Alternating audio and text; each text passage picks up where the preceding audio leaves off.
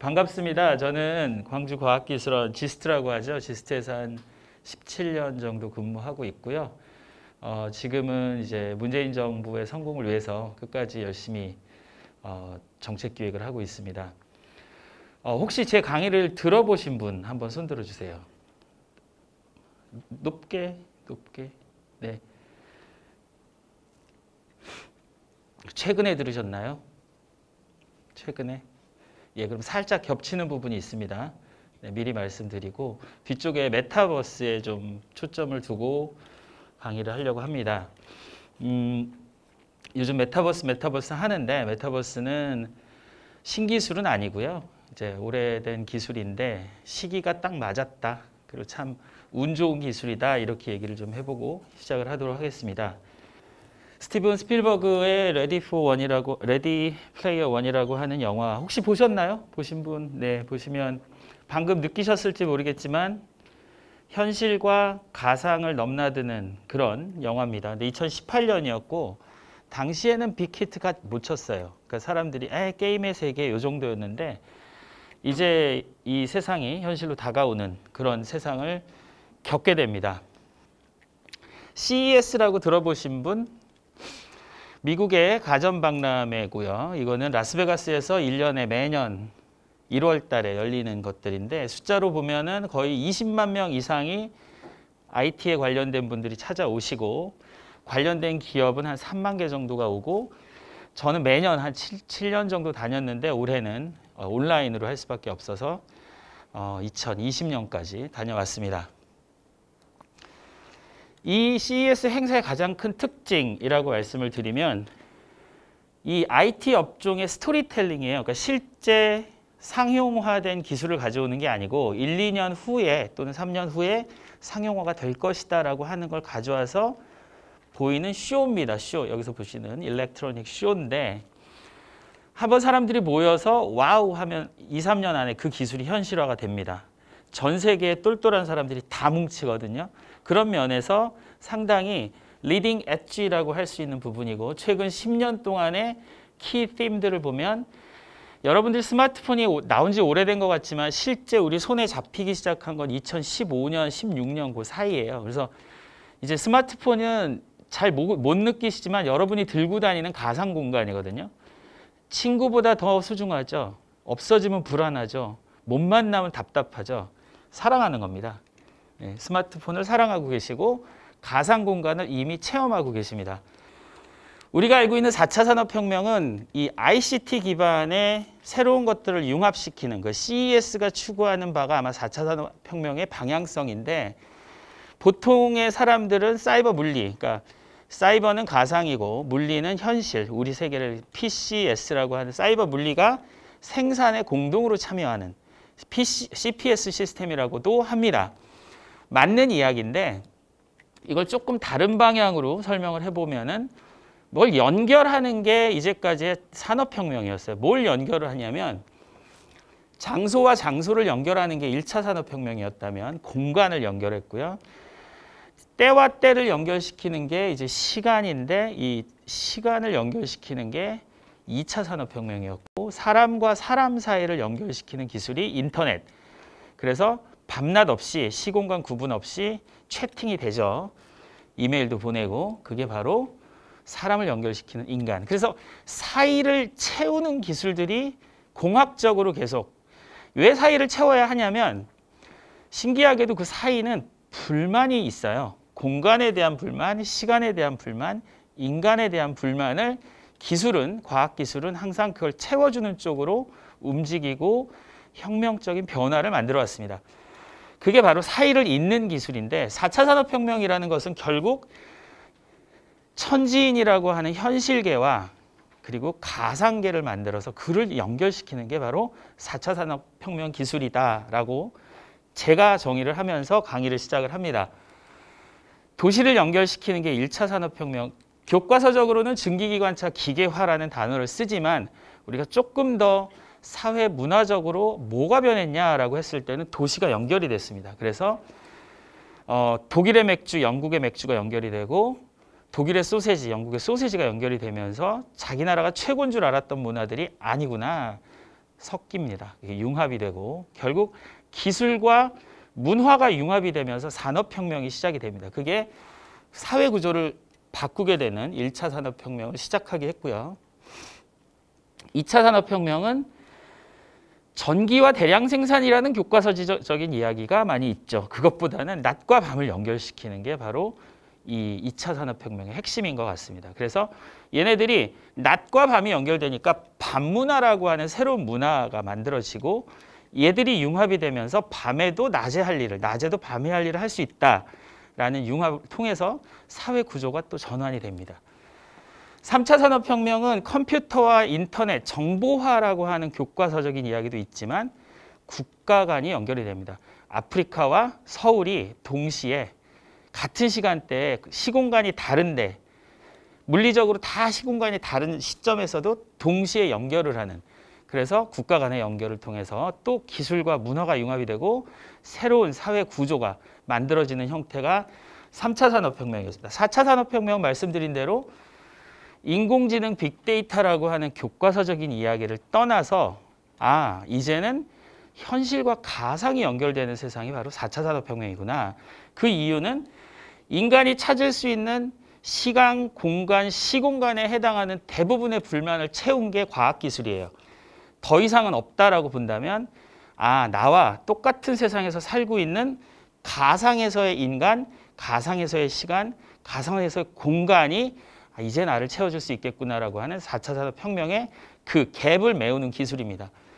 1차 도시, 2차 낮과방, 3차 국가가 4차 가상인데 왜 산업혁명이라고 하느냐라고 했을 때 혁명적인 변환이 일어나는데 단계가 연결, 융합, 전환, 그리고 혁명이라는 단계로 사회가 확 뒤집어집니다.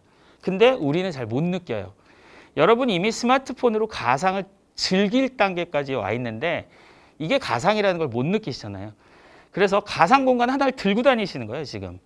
이걸 못 느낄 정도로 우리는 변해 있습니다, 이미.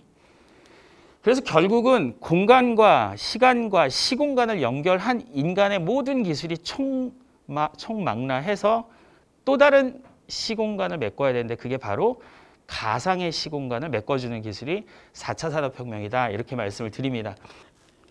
그 메타버스라고 하는 부분을 한번 들어가 보겠습니다. 메타라고 하는 것은 초월, 그리고 메타인지적 사고라고 할 때는 우리가 하늘에서 바라보는 나를 이 한 단계 위에서 전지적 작가 시점으로 메타인지를 한다. 그러면 좀 더 잘 보인다. 항상 일에 쫓기거나 내 삶에 쫓기면 메타인지가 안 되는, 어른들은 메타인지가 잘 안 됩니다. 그러니까 아이들은 그 메타인지 능력을 키워줄 수 있는 게 교육인데 교육에서 밑바닥을 보는 게 아니고 조금 올라와서 나를 바라보게 하는 교육, 그런 교육들이 중요한데 그때 쓰는 그 메타와 유니버스라고 하는 버스가 만나서 메타버스라고 해서 초월을 뜻하는 메타와 우주로 가상세계를 이야기합니다. 그런데 어떤 가상세계냐면 그냥 가상세계가 아니고 우리가 살고 있는 이 3차원 가상세계. 왜 우리 3차원 가상세계를 국한시켰을까요? 차원이 높아지면 우리는 상상할 수가 없잖아요. 그래서 지금 3차원 가상세계가 우리가 상상할 수 있는 웹상에서의 가장 차원이 높은 공간입니다. 그래서 오감을 만족시키기 위한 기술적으로 움직인다는 것은 상당히 소름 끼치는 일인데 실제로 오감을 만족시키는 기술로 갑니다. 단맛부터 쓴맛, 감칠맛 등을 구별할 수 있는 일본의 기술, 그리고 촉각하고 모션을 인지할 수 있는, 여기 보면 많이 듣던 이름이 있죠. 테슬라 슈트. 테슬라가 그것만 하겠습니까? 예? 정육점 안 하는 게 다행이지. 테슬라가 할 건 다 하고 있어요. 지금 촉각 쪽으로 하고 있고, 후각, 화학물질이나 전자 자극 방식으로, 이건 서울대 박태영 교수님이라고 제 선배님이신데 그분이 우리나라에서 가장 잘합니다. 후각 기술. 그래서 자극적인 향기는 센서가 인지를 해요. 신기하지 않으세요? 우리 코도 못 맡는 냄새를 컴퓨터가 맡아요. 조금 비염 있는 사람들보다 컴퓨터가 더 낫다는 거죠.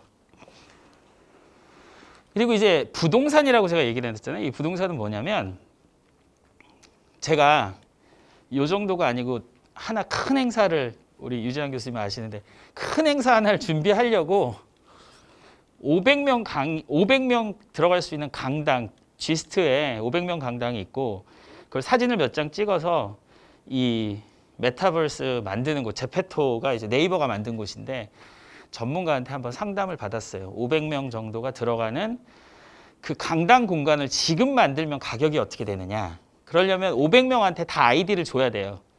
500명이 다 들어오고 다 개인이 들어오는 거거든요. 얼마일 것 같아요? 500명이 들어오는 강당을 만드는 거예요. 그리고 거기 안에서 다 움직이고 활동할 수 있는 아바타를 다 드리고. 현재 얼마일 것 같아요? 찍어보세요. 여기 5억, 50억, 5억, 100만 원, 10억이 됩니다. 10억. 현재 엔지니어의 기술로. 그러니까 현재 엔지니어가 많지도 않지만 기술이 숙성되지도 않았어요. 성숙하지도 않았고. 근데 그 사람들이 이제 배우면서 계속 만들어야 되잖아요. 그러니까 제작 기간은 한 달 정도 걸립니다. 그래서 이게 500명 강당이라 그러면 여기 사진을 10,000장을 찍어가요. 10,000장. 모든 공간을 다 구현하기 위한 10,000장을 찍고 똑같이 구현을 하고 의자도 똑같이 구현을 하고 거기 아바타 500명을 집어넣는 거예요. 그래서 아바타 500명이 이 안에서 회의를 할 수 있게끔. 그러려면 네트워크도 끊기지 않아야 돼요. 그렇죠? 서버가 하나 필요해요. 서버가 2억이에요. 일단. 서버 하나, 이 500명을 위한 전용 서버가 필요해요. 동시 접속을 할 때 안 멈춰야 되니까. 그리고 그 사람이 계속 돌아다니면서 악수도 해야 되니까. 예, 악수도 합니다. 아바타끼리. 그걸 만드는데 10억. 그래서 부동산 얘기가 나오는 거예요. 이해하셨어요? 예. 내가 사고 싶은 걸 살 수 있어요. 그리고 그거를 가지고 그 강당 사용료를 받으면 되죠. 그렇죠? 그게 지금 네이버에서 하는 제페토예요. 조금 이따 설명드리고 네이버 제페토는 이제 표준화된 공간들은 만들어져 있어서 그 안에서 활동을 하게끔 돼 있고 커스터마이즈된 디자인을 원한다면 돈을 내야 되겠죠. 근데 그쪽은 지금 견적가를 아직 안 주고 있고 저희 지스트에 한국문화기술연구소라고 있는데 거기 전문가들한테 이제 계산을 해봐라 했더니 10억. 부동산 이야기는 그렇게 만들어집니다. 그래서 제2의 신세계라고 얘기하는 게 바로 가상지구도 만들고 가상의 토지거래도 방금 말씀드렸던 강당 하나 500명 10억. 서버 있고 안 끊겨야 되고 아바타 움직여야 되고. 그럼 뭐가 되냐면 컨퍼런스가 가능해요. 굳이 안 가도 돼요. 저기 뭐 이렇게 비행기 타고. 근데 안 가면 저는 언제 해외 출장 가라고. 해외여행이 출장 때문에 해외여행을 가는데. 그렇습니다. 그래서 지금 단계에서 게임, 기업, 부동산까지의 이야기가 나오고 있는 게 메타버스다. 이해를 하시고. 이거는 최근에 이제 토론회에 가서 직접 제가 경험을 한 내용인데 카이스트의 우은택 교수님이라고 G스트에 계셨었다가 이제 카이스트로 옮기셨는데 요즘 이 메타버스 회의를 대한민국에서 가장 전문가가 되고 싶어 하시는 분이에요. 그러니까 메타버스 회의를 전문가들이 거부감을 안 갖고 할 수 있게끔 하는 그 스킨 역할 중간에 어떤 스킨들이 필요한지 그리고 그 스킨이 만들어지면 본인이 어떤 역할을 할 수 있는지를 문화기술을 하시는 분이라 기술적 깊이보다는 얘의 활용면을 연구하시는 분인데 이제 집중 토론 보면 여기 이렇게 앉아 있죠. 여기 이렇게 앉아 있고 여기 준이라고 제가 있고 사람들이 움직이면서 여기 제가 있고요. 여기 사람들이 움직이면서 얘기도 해요. 이렇게 가서 악수도 하고. 근데 이제 쓰고 하면 너무 어지러워요. 쓰고 하면. 그래서 또 이제 조언을 드리는 거죠. 교수님 이거 너무 어지러워요. 그러면 벗고 한번 해보세요. 그러면 화면에서 2차원 화면에서 3D가 잡히는 거라 안 어지러워요. 그래서 아 그럼 이건 이쪽으로 가야 되겠다. 그러니까 VR을 쓰지 말고 그냥 화면 안에서 3차원 공간에 회의를 하는 게 좋겠다라는 테스트를 계속하고 있습니다. 미래테크 포럼이라고 하는 곳에서 실제 들어가 보면 하나도 안 어려워요. 근데 사람들이 그러니까 줌 회의보다 이 회의가 더 나은 게 몇 가지가 있어요. 뭐냐면 이제 새로운 것들을 소개하려고 할 때 줌 회의 같은 경우는 사람들이 다 들어와서 보는데 이건 이제 정확하게 초청된 사람들을 통해서 자기가 가지고 있는 기술을 공유한 후에 전부 싹 다 없앨 수가 있어요. 이 공간 안에서 벌어진 일들을. 줌 회의 같은 경우는 상대방이 뭐 사진을 찍을 수도 있고 남기도 하고 그러는데 여기 보시면 여기 보시면 얘가 화면이에요. 파워포인트 화면인데 겉으로 보면 이렇게 보이지만 실제 VR을 쓰고 보면 이 화면처럼 보여요. 이렇게 VR을 쓰고 보면. 근데 이 공간 내에서는 이렇게 보여요. 그래서 이제 2차원 화면으로 볼 땐 한계가 좀 있어요. 근데 이 VR 공간으로 보면 상당히 뚜렷한 것들이 보이죠. 지금 이게 현재 전문가 사회에서 하고 있는 포럼의 혁신, 그러면서 이런 스킨 작업들을 연습하고 있습니다. 그래서 요즘은 유튜브 시대라고 하는데 유튜버들이 나오는데 이제 새롭게 부상하는 부캐 아시죠? 성을 설마 부캐 모르는 분? 예, 안 돼요. 그럼 이 나이 때는 꼰대 소리 들으면 안 되니까 부캐 2차 캐릭터, 부수적인 캐릭터 새로운 기회 발굴이 있는데 그게 바로 메타버스 플랫폼이라고 하는 새로운 플랫폼인 거예요. 그러니까 플랫폼 경제, 뭐 플랫폼 산업 이렇게 얘기하는데 이 플랫폼에 얹어놓고 한번 해보자. 무조건.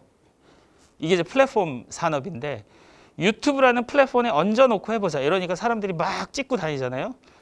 찍어서 일단 얹어놓고 반응을 보자 이런 건데 그게 이제 게임 개발자들한테는 당연히 돈을 버는 방식이긴 하겠지만 유튜버 등의 크리에이터가 이제 가상공간 크리에이터 쪽으로 간다는 거죠. 젯페토라는 걸 들어가 보면 네이버가 제공하고 있습니다. 그래서 아이디만 집어넣으면 공짜로 자기가 가상공간을 만들 수 있게끔 돼 있어요. 근데 한계는 있죠. 아주 투박하게 만들어지는 건데 그래서 3D 메타버스 시대 크리에이터가 지금 막 나타나기 시작했어요. 이게 어디까지 갈지는 모르겠고 기업에서는 방금 보셨던 현대처럼 전 산업에 대해서 쓸데없는 일을 버리자. 우리가 회의하는데 시간만 100시간을 쏟는다라고 하면 그 100시간을 왔다 갔다 이동 시간 줄이고 회의는 짧게 기술은 길게. 그래서 실제 현장에서 일하는 시간을 더 넓히지.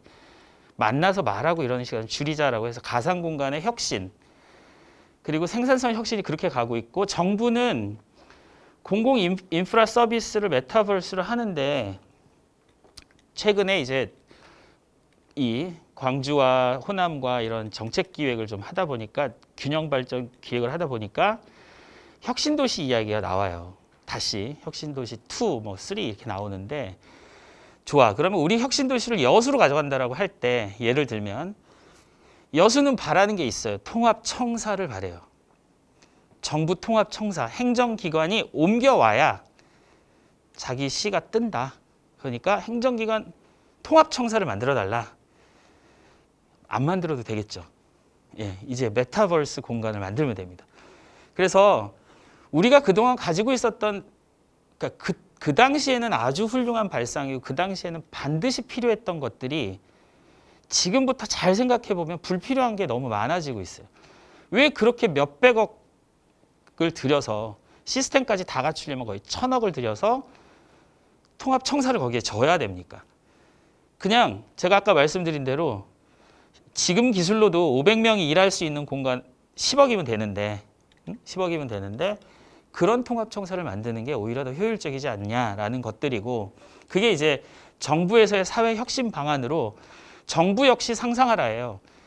시키는 대로 공무원들이 앉아있지 말고 공무원들도 상상해서 필요 없는 것들은 없애버리는 일도 불필요한 일은 줄이는 일도 효율화시키는 일도 필요하다는 게 이게 메타버스가 주는 교훈 중에 하나입니다. 그래서 메타버스의 영향력은 게임, B2C 분야를 넘어서 전반적인 사회 경제 분야로 확대되고 있다는 것들이고 시장은 합쳐서 거의 1.5조 달러니까 우리로 따지면 한 1,500조 정도 되는 돈으로 상당히 지금 크게 성장하고 있습니다. 실제 현실과 대체 현실이라고 하는 부분에서 실제 현실의 이런 어떤 아픈 부분들을 대체 현실로 바꿀 수 있다면 그것 역시 메타버스가 할 수 있는 역할 중에 하나죠. 그러니까 격차라고 하는 것들을 해소시키는 방식이 이번에는 교육 격차라는 부분이 어디서 났냐면 온라인 격차가 교육 격차가 돼버렸어요. 안타깝게도 온라인 격차가 스피드나 이 기기가 서로 차이가 나면 교육 격차도 생기는 물리적인 현상이 나타났는데 이거는 이제 정부가 해결을 해줄 거라고 믿고, 그런데 그 다음 단계로 가야 되는 것이 저는 메타버스가 격차 해소에 상당히 적합하다라는 거죠. 그러니까 문화 격차도 있고 교육 격차도 있습니다. 그런 부분이 가상 실험, 신산업, 우주 체험, 초단위 세계 여행 이런 것들이 메타버스 안에서 충분히 가능하다라고 생각을 합니다. 포스트 코로나 시대 주요 3대 기술로 단 3개월 만에, 3개월 전까지는 메타버스가 없었어요. 얘가. 3개월 전에는 메타버스 산업이라는 단어도 안 나왔는데 요즘은 제가 이제 그런 책들을 정보를 많이 봤잖아요.